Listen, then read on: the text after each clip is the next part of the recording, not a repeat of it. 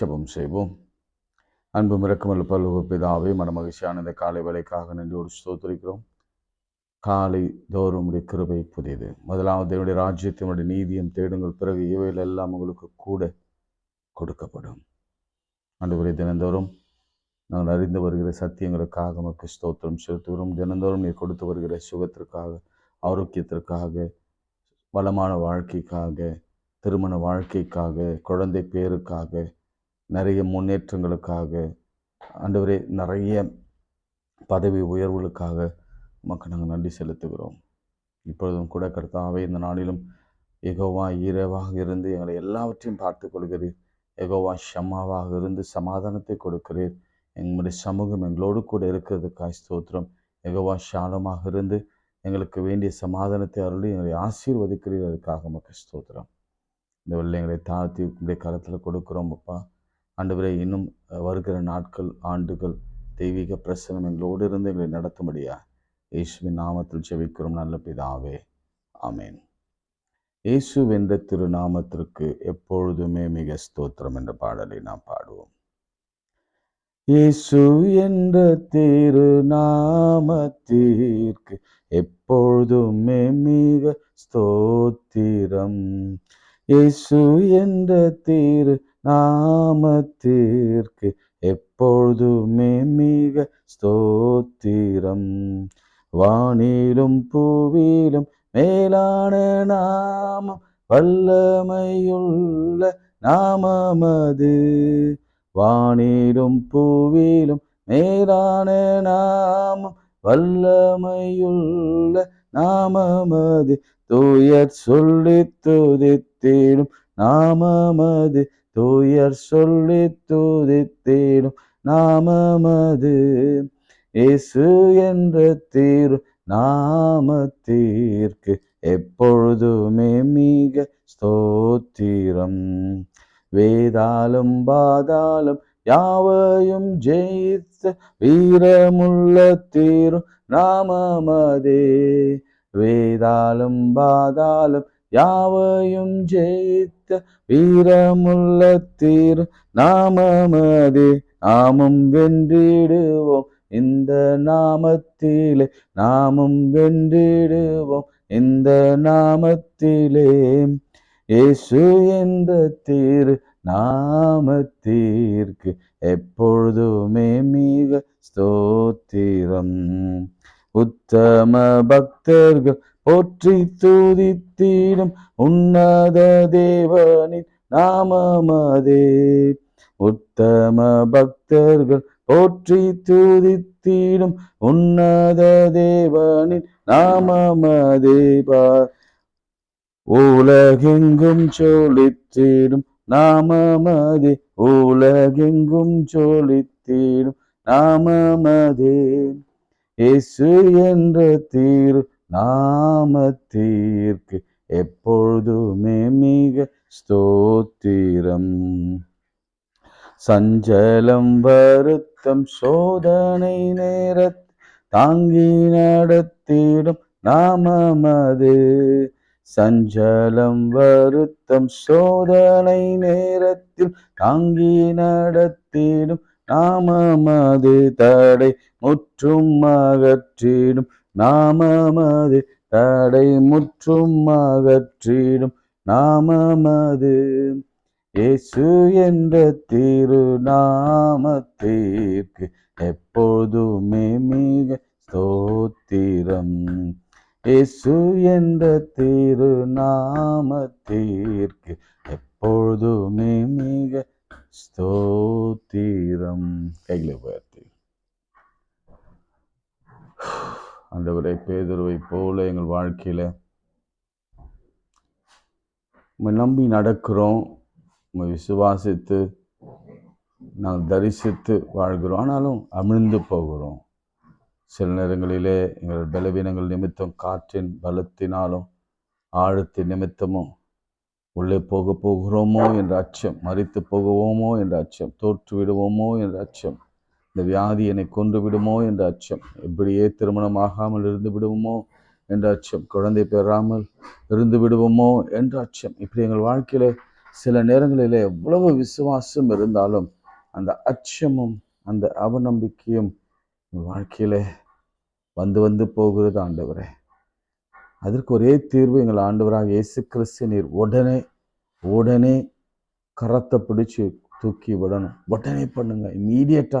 இப்படிப்பட்ட ஒரு நிலையில கடைசி நிமிடங்களில் இருக்கிற ஒவ்வொரு ஐசியூல அல்லது மருத்துவமனையில, வீடுகளில, ஐயோ என் வாழ்க்கை இறுதி கட்டத்தையும் அல்லது என்னுடைய கடன்ல நான் இறுதி கட்டத்தையும் அடைந்து விட்டேன், இனி நான் ஒரு இடத்துல கேட்க முடியாது, எப்படி அடைப்பேன் என்று சொல்லி வேதனையோடு இருக்கிற ஒவ்வொரு பிள்ளைகளுக்கு கர்த்தர் தீர்வை கொடுப்பீராக.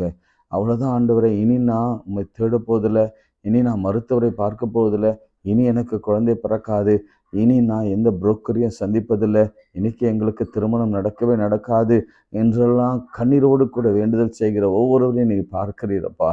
மனதில் ஒரு வேதனை ஆண்டவரே, வயிற்றில் உபாதைகள், சீரண உறுப்புகளிலே பிரச்சனை, சுகரும் டயபெட்டிக்கும் மற்றும் பிளட் ப்ரெஷரும் அழுத்தி கொண்டிருக்கிறது. இன்னும் சொல்ல போனால் நிறைய சிறுநீரகல் பாதிப்புகள், நுரையீரல் பாதிப்புகள், கேன்சர்கள், இவை எல்லாவற்றிலும் கர்த்தர் ஒரு அற்புதத்தை இம்மீடியட்டாக செய்வீராக. உடனே என்ற வார்த்தையை நாங்கள் அடிக்கடி நாங்கள் பார்க்கிறோம். இயேசு உடனே அவர் கைகளை பிடித்து தூக்கினார். அப்படியே உடனே செய்யுங்க. இந்த வேளையில செய்துவிட்ட கிருபைக்காய் ஸ்தோத்திரம். கைகளை உயர்த்தி ஜெபித்த அனைவருக்கும் நீ செய்த நன்மைக்காய் நன்றி. இயேசுவின் நாமத்தில் ஜெபிக்கிறோம் பிதாவே, ஆமென். பிரியமானவர்களே, நேற்று 2 நாட்களும் நாம ஒரு முக்கியமான தலைப்பை நாம் சிந்தித்தோம். அது அநேகருக்கு உண்மையாகவே ஆசீர்வாதமாக இருந்தது என்று நான் கேள்விப்படுகிற பொழுது நான் ஆண்டவரை உளமாற ஸ்தோத்திரித்தேன். ஏனென்றால் அநேக கிறிஸ்தவர்களுக்கு தெரியாத சில ரகசியங்கள், நமக்கு விசுவாசிகளுக்கு தெரியாத ரகசியங்களை ஆண்டவர் இந்த நாட்களிலே பேதைகளாகிய நமக்கு அவர் வெளிப்படுத்தி கொண்டு வருகிறார். உண்மையாகவே கர்த்தர் நல்லவருங்க, ரொம்ப நல்லவர், ரொம்ப நல்லவர். நம்ம ப்ராஸ்பெரிட்டி தியாலஜி பேசுகிறவங்கள நீங்கள் நல்லா புரிஞ்சுக்கொள்ளுங்க. ரொம்ப செழுமை அந்த மாதிரியான இறையல் அழுத்தத்தை உடையவன் அல்ல. ஆனாலும் என்னுடைய ஆரம்ப கால ஊழியத்திலிருந்தே என்னுடைய குறிக்கோள் அல்லது ஆண்டுடைய பிள்ளைகள் மீது வைத்திருக்கிற அக்கறை, என் பிள்ளைகள் மீது வைத்திருக்க அக்கறை, எல்லாம் தான் சேர்ந்து ஆண்டவர் நம்மை ஆசீர்வதிக்க காத்திருக்கிறார், ஆசீர்வதித்தும் இருக்கிறார். ஆனால் அதை ஏன் நம்ம தக்க வைத்து கொள்ள முடியவில்லை? அதை ஏன் நம்ம பயன்படுத்த தெரியல? அதை ஏன் நம்ம பெருக்க தெரியல? அதை ஏன் நம்ம மண்ணில் போட்டு மூடி வைக்கணும்? நம்ம ஏன் கடன் வாங்கி கொண்டிருக்கணும்? ஏன் நம்ம அழுகையின் பள்ளத்தாக்கிலே மற்றவர்களை பார்க்கும் பொழுது, புறமுதஸ்தர்களை பார்க்கும் பொழுது, ஏன் நம்மளில் இருக்கிற கிறிஸ்தவர்களை பார்க்கும் பொழுது, மற்றவர்கள் நன்றாக இருக்கும் பொழுது, ஊழியர்கள் நன்றாக இருக்கும் பொழுது, பெரிய ஆயர்கள் நன்றாக இருக்கும் பொழுது, நாம் ஏன் கொடுக்கிறவர்கள் சில நேரங்களிலே ஏன் தொய்வில் இருக்கணும்? நாம் கொடுப்பதிலே தவறு ஏதாவது இருக்கிறதா? நாம் கொடுக்கவில்லையா? நாம் எப்படி கொடுக்க வேண்டும், எப்படி நாம் பழுகி பெருக வேண்டும் என்பதெல்லாம் குறித்து ஆண்டவர் சிந்தித்து வருகிறார். உண்மையாகவே நீங்கள் அதை கடைபிடிக்க ஆரம்பிங்க. அது உங்களுக்கு ஒரு பெரிய ஆசீர்வாதத்தை கொண்டு வரும். இன்றைக்கு 1 நாளாகவும் 1 Chronicles chapter 4 verse 9 நான் வாசிக்கிறேன். 1 Chronicles chapter 4 verse 9 onwards. யாபேஸ் தன் சகோதரை பார்க்கிலும் கனம் பெற்றவனாயிருந்தான். அவன் தாய், நான் துக்கத்தோடே அவனை பெற்றேன் என்று சொல்லி அவனுக்கு யாபேஸ் என்று பெயரிட்டார். யாபேஸ் இஸ்ரவேலின் தேவனை நோக்கி, தேவரீர் என்னை ஆசீர்வதித்து என் எல்லையை பெரிதாக்கி ஒரு கரம் என்னோடு இருந்து தீங்கு என்னை துக்கப்படுத்தாதபடிக்கு அதற்கு என்னை விலக்கி காத்தருளும் என்று வேண்டிக் கொண்டான். அவன் வேண்டிக் கொண்டதை தேவன் கேட்டார். பிரியமானவர்களே, இந்த நாளாகமம் என்றாலே பெயர்கள் அடங்கிய ஒரு புத்தகம். குறிப்பிட்டு சொல்லணும்னா கிட்டத்தட்ட 500 பேர்களுக்கு உள்ளே அல்லது வெளியே பெயர்கள் அடங்கியிருக்கிறது. 15 and above or below, 15 and 500 or above or below, 500. ஏன் இதை நான் அழுத்தமாக உங்களுக்கு சொல்கிறேன்னா, இந்த பெயர்கள் நம்ம நிறைய நேரம் இதை படிக்கவே மாட்டோம். சாலமின் குமாரனாகிய ரெகபியாம் அப்படின்னு இருக்கும். அதுக்கப்புறம் 22ஆம் வசனத்தில் செக்கினியாவின் குமாரன், செமையாவின் முதலானவனும், செமையாவின் குமாரன், அப்படி கிட்டத்தட்ட 500 பெயர்கள். ஒரே ஒரு காரியத்தை நான் சொல்லுகிறேன், நேற்று தொடர்ச்சி தான். ஆண்டுடைய பிள்ளைகள், ஆண்டவருக்காக வைராக்கியமாய் நின்றவர்கள், ஆண்டவர்களுக்காக கொடுத்தவர்கள், ஆண்டவருக்காக ஜீவனையே விட்டவர்கள், என் ஜீவனத்தையே விட்டவர்கள், ஆண்டவருக்காக ஊழியம் செய்தவர்கள், ஆண்டவர்களுக்காக எல்லாவற்றையும் இழந்தவர்களுடைய பெயர்களை ஆண்டவர் பரலோகத்துல பதிவு செய்து வைத்திருக்கிறார். உங்கள் பெயர்கள் எப்போதும் எனக்கு முன்பாக நிற்கிறது. அதுதான் இந்த முதல்ல இந்த நாளாகமம் அப்படின்னு எடுத்துக்கொண்டாலே பெயர்கள் என்று எடுத்துக்கொள்ளாலே நீங்க உத்தரவாதம் பண்ணிக்கொள்ளுங்க, கர்த்தரை தேடுகிற பிள்ளைகள் அவருடைய பெயர்கள் பரலோக ஜீவ புஸ்தகத்திலே எழுதப்பட்டிருக்கிறது. எத்தனை பேர் ஆமென் சொல்ல முடியும்? நீ காலையிலே எழுந்து ஜெபம் பண்றீங்க, கெடுக்கும் நேரமெல்லாம் ஜெபம் பண்றீங்க, வேதத்தை வாசிக்கிறீங்க, உபவாசிக்கிறீங்க. அப்போ அது ஒரு தனி கேட்டகரி. முதலாவது தேவனுடைய ராஜ்யத்தை அவருடைய நீதியும் தேடுங்கள், பிறகு இவைகள் எல்லாம் உங்களுக்கு கூட கொடுக்கப்படும். தேடுகிறவர்களுக்கு கர்த்தர் செய்கிற முதல் காரியம் பரலோகத்திலே அவருடைய பெயர்களை பதிவு செய்து வைத்திருக்கிறார். அதனாலதான் தேடுங்கன்னு சொல்றேன். அவர் லிஸ்ட் வைத்திருக்கிறார், அட்டெண்டன்ஸ் வைத்திருக்கிறார். காலையில எழுந்த உடனே இவன் செபித்த உடனே அந்த டைமை போட்டு குறித்து அதை டிக் பண்ணி என்ன ஜெப குறிப்பு, நாம என்ன ஜெப குறிப்பு பேசுறோம் சொல்றோன்னு நம்ம எழுதி வைக்க மாட்டோம். ஆனால் ஆண்டவர் எல்லாவற்றையும் எழுதி வைத்து அதன் நாட்களிலே அதன் தேவைகளை சந்திக்கிற தேவனாக அவர் இருக்கார். அதனால நான் உங்களுக்கு உற்சாகப்படுத்தும்படி நான் சொல்கிற ஒரு காரியம் என்னன்னா, நீங்க தேடுவதனாலே உங்களுக்கு ஒரு நன்மையும் குறைவுபட போவதில்லை. மாறாக உங்கள் பெயர்களோ உங்கள் பிள்ளைகள் பெயர்களோ பரலோகத்திலே பதிவு செய்ய வைக்கப்பட்டிருக்கிறது. ஆமென். அது போதும். இதுக்காக தான் நம்ம உலகத்துல வாழ்ந்து கொண்டிருக்கிறோம். அதனால அரை மணி நேரமாவது ஆண்டவரை தேடணும். அதனாலதான் எத்தனை பேர் பைபிள்ல ஏன் பெயர்கள் அப்படின்னு சில நேரங்களில் நமக்கு கேள்வி வரும். அப்போ நம்ம நினைக்கலாம் ஹிஸ்டரி அது ரொம்ப நல்லது இல்லை. ஆனாலும் நான் சொல்றேன், ஆவிக்குரிய ரீதியாக நிச்சயமாக பெயர்கள் இருப்பதற்கு காரணம் என்னன்னா, உங்க பேரும் என் பேரும் கூட எழுதப்பட்டிருக்கிறது என்பதை நாம புரிந்து கொள்ள வேண்டும். நீங்க யாபேசின் பக்கத்துல யாபேஸ் எடுத்துட்டு உங்க பேர் அதுல வச்சிடுங்க, கிளமெண்ட் அப்படின்னு வச்சிடுங்க. அல்லது என் பேரை நான் வச்ச மாதிரி என் பிள்ளைகள் பேரை அங்கே வச்சுட்டு ஆண்டுடைய தேடுகிற பிள்ளைகளுடைய பெயர்கள் பதிவு செய்யப்பட்டிருக்கின்றன. சரி, இப்போ ஒரு இன்ட்ரடக்ஷன் நம்ம பார்க்கலாம். யாபேஸ் அவங்க அம்மா சொல்றாங்க, யாபேஸ் அப்படின்னா நான் துக்கத்தோடு அவனை பெற்றேன், துக்கத்தோடு அவனை நான் பெற்றேன். ஆங்கிலத்தில் சாரோஃபுல் அல்லது பெயின்.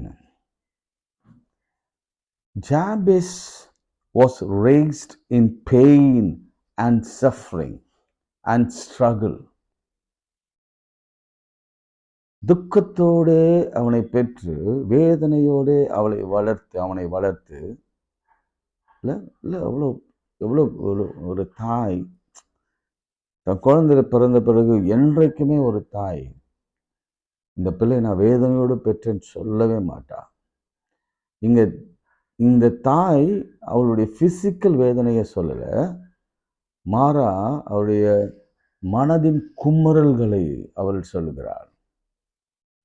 அவள் இவனை பெற்றெடுத்த பொழுது ஒருவேளை அவங்க சூழ்நிலையே ரொம்ப கேயாட்டிக் சூழ்நிலையாக இருந்திருக்கலாம், பொருளாதாரத்திலே நலிவடைந்திருக்கலாம், ஒருவேளை தகப்பன் என்ன நிலை என்று நமக்கு தெரியாது, உடன் பிறந்தவர்கள் என்ன நிலை என்று தெரியாது, அவர்களுக்கு வீடு இருந்ததா தெரியாது, அவர்கள் எப்படி வாழ்ந்தார்கள், எப்படி சாப்பிட்டார்கள், எப்படி படித்தார்கள் என்று தெரியாது. இதெல்லாம் ஏன் சொல்றேன்னா, தாய் தான் பிறந்த குழந்தைய, ஐயோ இந்த குழந்தை பிறக்காம இருந்தாலே இந்த உலகத்துல அந்த வறுமையை பார்த்திருக்க மாட்டான், இல்லது இந்த வேதனையை பார்த்திருக்க மாட்டான், இந்த அழிவை பார்த்திருக்க மாட்டான், இந்த வாதையை பார்த்திருக்க மாட்டான், அல்லது இந்த வியாதியை பார்த்திருக்க மாட்டான்.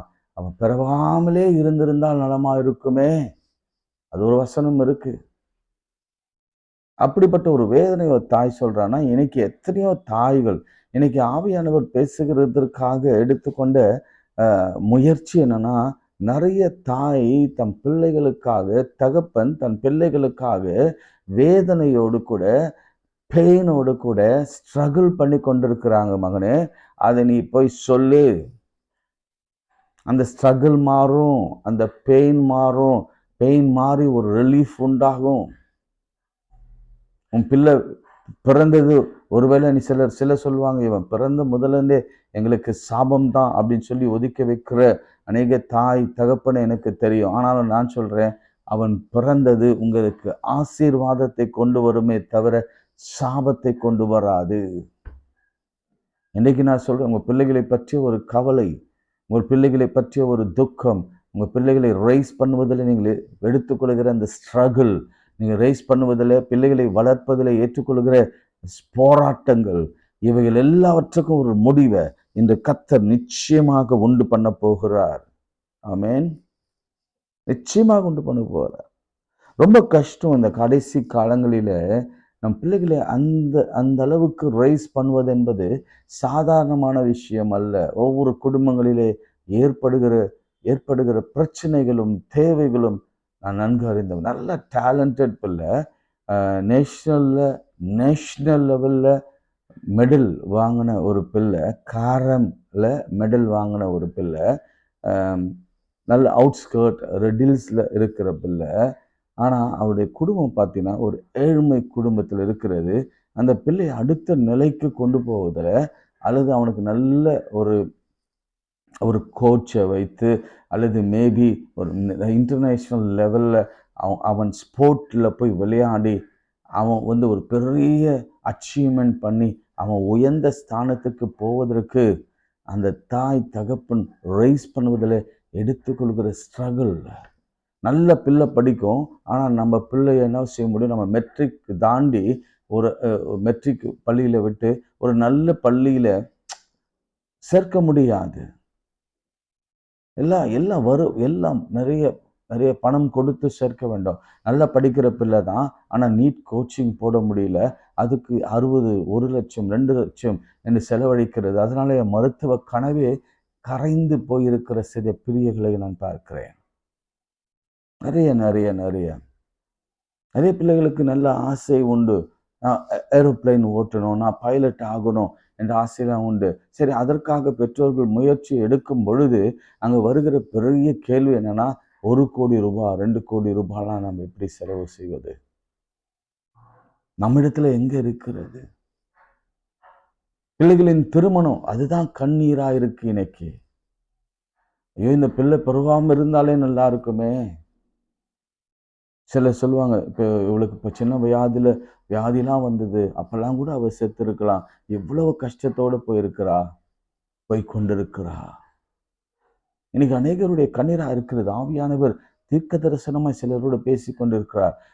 உங்கள் காயங்களை அவர் என்ன செய்கிறாருன்னா, ஆற்று முன்பு அதனுடைய சீழெல்லாம் பிதுக்கப்பட வேண்டும். அதனாலதான் இதை நான் பேசுறேன். ஏன்னா சில நேரங்களில் ரொம்ப எமோஷனலா உங்களை தொட விரும்பல, உங்களை அழ வைக்க விரும்பல, உங்களை வேதனைப்படுத்த விரும்பல.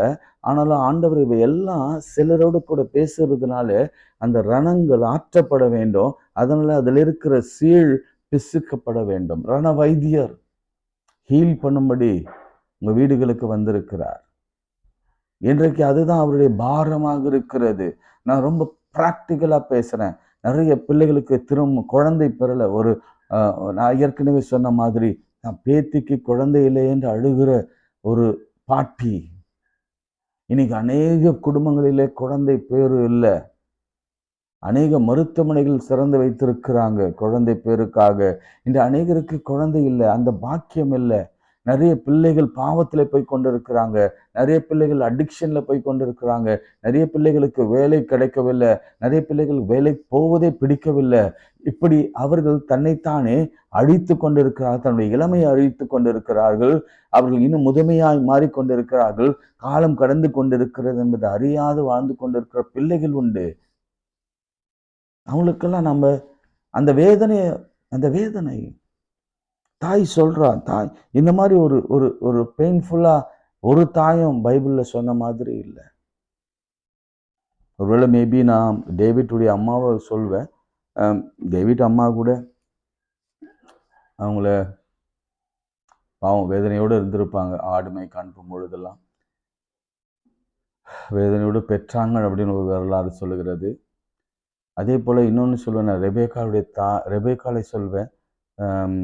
தன் பிள்ளைகள் 2 பேர் அது குழப்பத்தில் யோசேப்பு ரொம்ப நேசித்ததுனால அவனை விட்டு பிரிய வேண்டிய ஒரு நிலைமை.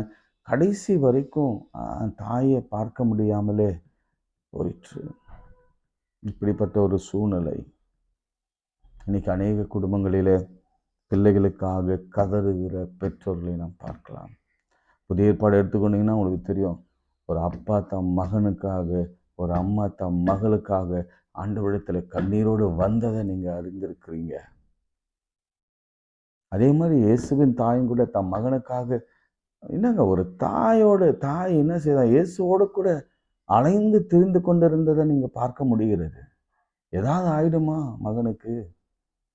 அதனாலதான் ஒரு தடவை வந்த பொழுது அவரை சுற்றி வளைத்து அவரை கைது செய்ய வேண்டும், அவர் குற்றப்படுத்த வேண்டும் நினைக்கின்ற பொழுது தாயும் அவருடைய சகோதரர் என் பையன் பைத்தியம் ஆயிட்டான், தயவு செய்து அவனை விட்டுருங்க, வெளியே அனுப்புங்க என்று சொல்லுகிற அளவுக்கு தாய் தன் மகன் மீது வைத்த பாசம். இன்னொரு வசனம் ஆவியானவர் எனக்கு காண்பிக்கிறார். பேசி கொண்டிருக்கும்போது லூக்காவில இந்த வாரம் நம்ம அதை பார்த்தோம் அநேகர். 2ஆம் அதிகாரத்துல சிமியோன் மரியாதை குறித்து ஒரு தீர்க்க தரிசனம், அல்லது இயேசுவை குறித்து ஒரு தீர்க்க தரிசனம் பாருங்களேன். அவர் அழகா சொல்லிட்டு, ரட்சினத்தை என் கண்கள் கண்டன என்பதெல்லாம் சொல்லிட்டு 2ஆம் அதிகாரம் லூக் சாப்டர் 2:35 பாருங்க. உன் ஆத்துமாவையும் ஒரு பட்டயம் உருவி போகும் என்றான். ஒரு தாய்க்கு, பிள்ளையை சுமந்து வந்த தாய்க்கு ஒரு ஒரு ப்ராஃபட் சிமியோன் சொல்ற வார்த்தை என்ன தெரியுமா? என்ன சொல்லுங்க? உன் இருதயத்துல ஒரு கத்திய விட்டு, அதுதான் சொல்றது, உன் ஆத்துமாவை ஒரு பட்டயம் உருவினா, இந்த பக்கம் குத்துனா அந்த பக்கம் வெளியே வரும். அப்படி ஒரு நிலைமை உன் பிள்ளைக்கு வரும். அப்போது உன் இருதயம் குத்துண்டு, அல்லது உன் இருதயத்துல கத்தி பாய்ந்து அந்த வேதனைக்கே அளவில்லை என்று சொல்லி தீர்க்க தரிசனம் பிள்ளை பெறுகிற பொழுதே. யாருக்கு பிரச்சனை இல்லை?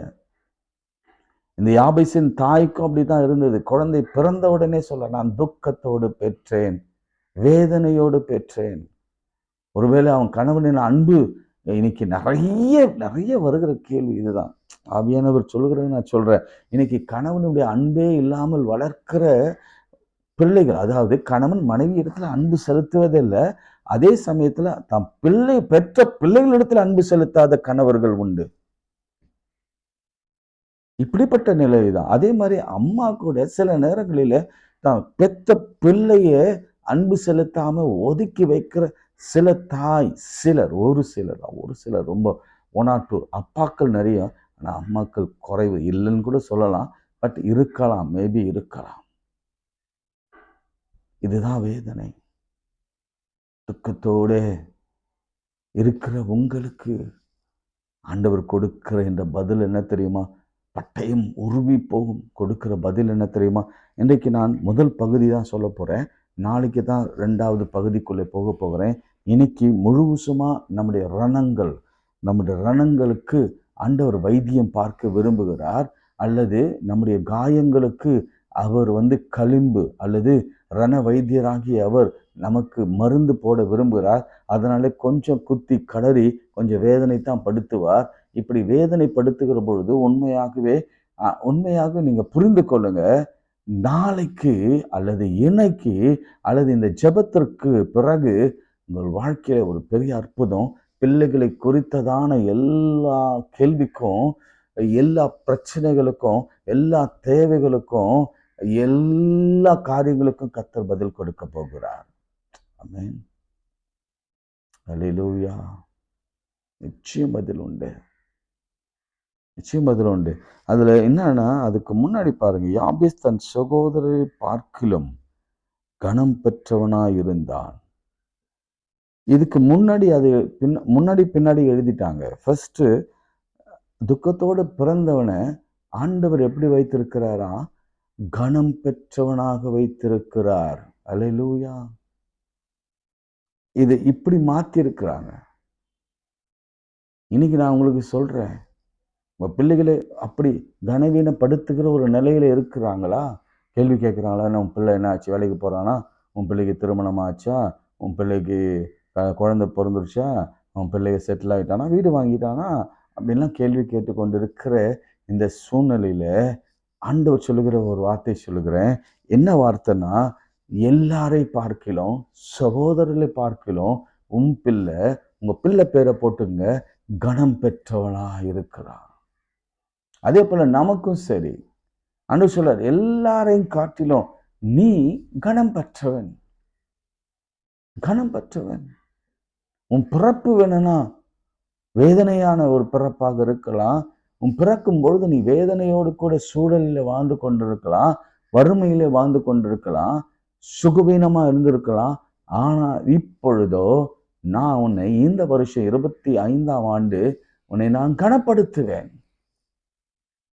நீ கனவீனப்படுத்தப்பட்ட இடங்களிலெல்லாம் உன் தலையை நிமிர பண்ணுவேன். உன்னை நான் உயர்த்துவேன். யாரெல்லாம் பைபிள்ல கனவீனப்படுத்தப்படுறாங்களோ அவங்க வாழ்க்கையெல்லாம் நீங்க பாருங்க, கர்த்தர் அவ்வளவு அழகாக உயர்த்தி வைத்தார். யோசேப்பை ரொம்ப ஏளனப்படுத்தினாங்க. அதன் பிறகு யோசேப்பின் காலிலே போய் விழுந்தாங்க. யோசேப்பின் காலிலே விழுந்தாங்க. அப்ப அந்த வார்த்தை தான் இன்னும் எனக்குள்ளே ஆவியானவர் பேசிக்கொண்டிருக்கிற வார்த்தை, எனக்கு பேசிக்கொண்டிருக்கிற வார்த்தை.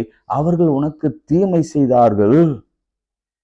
யோசேப்பு சொல்றான், நீங்க எனக்கு தீமை செய்தீங்க, ஆண்டவர் அந்த தீமையை நன்மையாய் உங்களுக்காக சேவை செய்யும்படி மாற்றி இருக்கிறார். என் வாழ்க்கையில் அதே அனுபவம் தான். கனவீனப்படுத்தப்பட இடங்களிலெல்லாம் கர்த்தர் கனப்படுத்துவார். தாவீதை குறித்து சொல்லப்பட்டிருக்கிறது, உங்க வீட்டுல இவ்வளவுதானா அப்படின்னு அவங்க கேட்கிறப்போ, ஆமா அவ்வளவுதான், 7 பேரை தான் கொண்டாந்து காட்டினான். இன்னும் ஒருத்தன் இருக்கான், அவன் 11 இருக்கான், பேரை கூட சொல்ல, 11 ஒருத்தன் இருக்கான், அவன் ஆடு மேய்த்து கொண்டு இருக்கிறான். அதனால விட்டுருங்க ஐயா சாமுவேல், விட்டுருங்க சார், ப்ராஃபட் சார் விட்டுருங்க. அவன் ஆடு மேய்க்கிற பையன், அவனுக்கு படிப்பு இல்லை, ஒன்றும் இல்லை. அவன் பார்த்தா செம்மடியெல்லாம் முடியெல்லாம் செம்மடியாக இருக்கும், ஒழுங்காக ட்ரெஸ் பண்ண மாட்டான், அவனுக்கு எதுவுமே ஏறல, நாங்கள் துரத்தி விட்டோம் அவனை, அவன் என் வீட்டில் பிள்ளையாக கூட நாங்கள் கன்சிடர் பண்ணுறதில்ல அப்படின்னு சொல்கிற ஒரு இடத்துல தாவீது இருந்தான். கர்த்தர் ராஜாவை ஆடுகளுக்கு பின்னாடி சென்று கொண்டிருந்தவனை ராஜாவாக மாற்றினார். எஸ்தரை எடுத்துக்கொள்ளுங்களேன், அனாதை ஸ்திரீ. இன்னைக்கு நிறைய பெண்கள், நான் அனாதையா இருக்கிறேனே, எனக்கு கணவன் இல்லையே, கணவன் என்னை விட்டு போயிட்டானே, மறைந்து போனானே, இறந்து போனானே, நான் அனாதை திக்கற்றவளா இருக்கிறேன். கணவனோ மனைவியோ பிள்ளைகளோ யாரோ அன்புக்கு ஏங்குகிற யாரோ, நான் அனாதையா இருக்கிறேன் என்று தினந்தோறும் நீங்க கண்ணீர் விடுங்க. நான் எழுதி தரேன், கர்த்தர் உங்களை சிங்காசனத்துல வைப்பார். ராஜா சொல்றான், இந்த ராஜ்யத்துல பாதி வேணும்னாலும் உனக்கு நான் தரேன். என்னவா? ராஜ்யத்துல பாதி வேணும்னாலும் தரேன். வஸ்தியை தள்ளி எஸ்தரை உயர்த்த, கனம் படுத்த என் ஆண்டவரால் முடியும். மொர்தெகாய் அப்படிதான். மொர்தெகாயை எப்படியாவது கழுமரத்துல ஏற்றி கொண்டு விட வேண்டும் என்று சொல்லி, எதுக்கு தெரியுமா? அவனை கனப்படுத்தல என்ற ஒரே காரணத்திற்காக. அவனை கனப்படுத்தல. இப்படிதான் ஆபீஸ்ல உங்களுக்கு எந்த பிரச்சனை, வேலை செய்கிற இடத்துல, ஊழியத்துல உங்களுக்கு தான் பிரச்சனை, அவன் என்னை கனப்படுத்தல, அவன் என்னை மதிக்கல, அவன் எனக்கு நேர்மாதிரா செய்யறான் அப்படின்னு இவங்க தவறா புரிந்து கொண்டு, இப்படி பல வழிகளில, வேலை ஸ்தலத்துல, பள்ளிக்கூடங்களில, அல்லது உங்களுடைய பிசினஸ்ல என்ன அவன் மதிக்கல அப்படின்னு சொல்லி நமக்கு விரோதமாய் பிளாட். எப்படி பிளாட்னா, அதாவது பிசினஸ்ல ஏதோ தோற்கடிப்பது எல்லாம் சகஜம்தான். ஒருத்தன் ஜெயிப்பது ஒருத்தன் தோற்பதெல்லாம் சகஜம். ஆனா அவன் உலகத்திலே இருக்கக்கூடாது என்று சொல்லி அவனை எப்படியாவது அழித்து விட வேண்டும் நினைக்கிற ஒரு கூட்டத்தின் மத்தியில சிலர் வாழ்ந்து கொண்டிருக்கிறீங்க. இன்றைக்கு உங்களுக்கு தான் அந்த செய்தி வருகிறது. ஆமான் உங்களுக்கு விரோதமாக எழும்பி நின்று கொண்டிருக்கிறான். ஆனால் காலம் வருகிறது, வந்தும் ஆயிற்று. அப்போ சொல்ற, மொர்தெகாயின் தலை ராஜ்யங்களின் மேலே உயர்த்தப்படும். ஆமான் அவன் வெற்றின, அவன் நிறுத்தின அதே கழுமரத்தில அவன் அவன் கொல்லப்படுவான். உனக்கு விரோதமாய் உருவாக்கப்படுகிற எந்த ஆயுதமும் வாய்க்க, அது இன்னும் கொஞ்சம் சொல்றேன். உனக்கு விரோதமாய் எழும்புகிறவர்கள் இல் பொருளாவார்கள். ஒருவனும் உனக்கு முன்பாக எதிர்த்து நிற்பது இல்லை. அவருடைய அழிவை நீ காண்பாய். துன்மார்க்கருக்கு வரும் அழிவை நீ காண்பாய். உனக்கு விரோதமாய் யார் எழுவினாலும், 91ஆம் சங்கீதத்தில் அதான் நம்ம நிறைய வசனம். உனக்கு விரோதமாய் 1000 பேரும் 16,000 பேரும் விழுந்தாலும் அது உன்னை அணுகாது. உன் கண்களால், நான் சாட்சியா இருக்கிறேன், என் கண்களால் அதை பார்த்து துன்மார்க்கிற்கு வரும் பலனை நான் காண்பேன். நீ காண்பாய். கனத்தை கத்தர் வைத்திருக்கிறார். இயேசுவின் நாமத்திலே சொல்லுகிறேன். இன்னைக்கு ஆண்டவர் ஆவியானவர் ரொம்ப தெளிவா பேசியிருக்கிறார். கைகளை உயர்த்தி நாம் ஜெபிக்கலாம். ஆண்டவரே, பிறந்ததிலிருந்து கண்ணீர், வேதனை, சாரோ, பெயின், ஸ்ட்ரகிள், ஸ்ட்ரெஸ், என்னால ஏன் ஆண்டவரே நான் வாழ்றேன் என்ற ஒரு நிலைமை, அப்படிப்பட்ட ஒரு சூழ்நிலையில சேவியராகிய நீர் ஆண்டவரே இயேசு, நீர் எங்களுக்கு கனத்தை கொடுக்கிறவர். என் சகோதரருக்குள்ளே எங்கள் சகோதரை பார்க்கலாம் கனம், ஐஸ்வர்யம், சுகம், ஆரோக்கியம். சகோதரன் பாதியில போவான், அல்லது உனக்கு விரோதமாக எழும்பினவங்க பாதியில போவாங்க. ஆனா நீ நீடித்து வாழ்ந்து கர்த்தருடைய நாமத்தை மகிமைப்படுத்துவேன். உன்னை ஒதுக்கினவங்க உன்னை தேடி வருவாங்க. ஆண்டவரே, இப்பொழுது வியாதியில இருக்கிறவர்களுக்காக நான் ஜெபிக்கிறேன். டேனியல் ஐயா, ஜான்சன் ஐயா, செலீனா அம்மா போன்றவர்களுக்காக நான் ஜெபிக்கிறேன். குழந்தை இல்லாதவர்களுக்கு, திருமணமாகாதவர்களுக்காக ஜெபிக்கிறேன். சர்ம வியாதி உள்ளவர்களுக்காக ஜெபிக்கிறேன். சுகர், பிபி இருக்கிறவர்களுக்காக ஜெபிக்கிறேன். யூட்ரஸ்ல பிரச்சனை இருக்கிறவர்களுக்காக ஜெபிக்கிறேன். கட்டி மறைய ஜெபிக்கிறேன். நுரையீரல் பிரச்சனை மாற ஜெபிக்கிறேன். கடன் பிரச்சனைகள் மாற ஜெபிக்கிறேன். ஆண்டவரே, வானத்தின் வாசல்களை திறந்து பண தேவையை சந்திக்க போகிறதுக்காக ஸ்தோத்தரிக்கிறேன், துதிக்கிறேன். எல்லா ஆயர்களையும் பேராயர்களையும் ஆசீர்வதிக்கும்படியாக ஜெபிக்கிறேன். நல்லவைகள் நடக்கட்டும். இயேசுவின் நாமத்தினால எங்களுக்கு விரோதமாய் உருவாக்கப்படுகிற எந்த ஆயுதமும் வாய்க்காது போகட்டும். இயேசுவின் நாமத்தில் ஜெபிக்கிறோம் பிதாவே. ஆமேன், ஆமேன். நமது ஆண்டவராகிய இயேசு கிறிஸ்துவின் கிருபை, பிதாவாகிய தேவனுடைய அன்பு, பரிசுத்த ஆவியின் ஐக்கியம் நம் அனைவரோடும் மீண்டும் சதாக்கள் நிலைத்திருப்பதாக. ஆமேன்.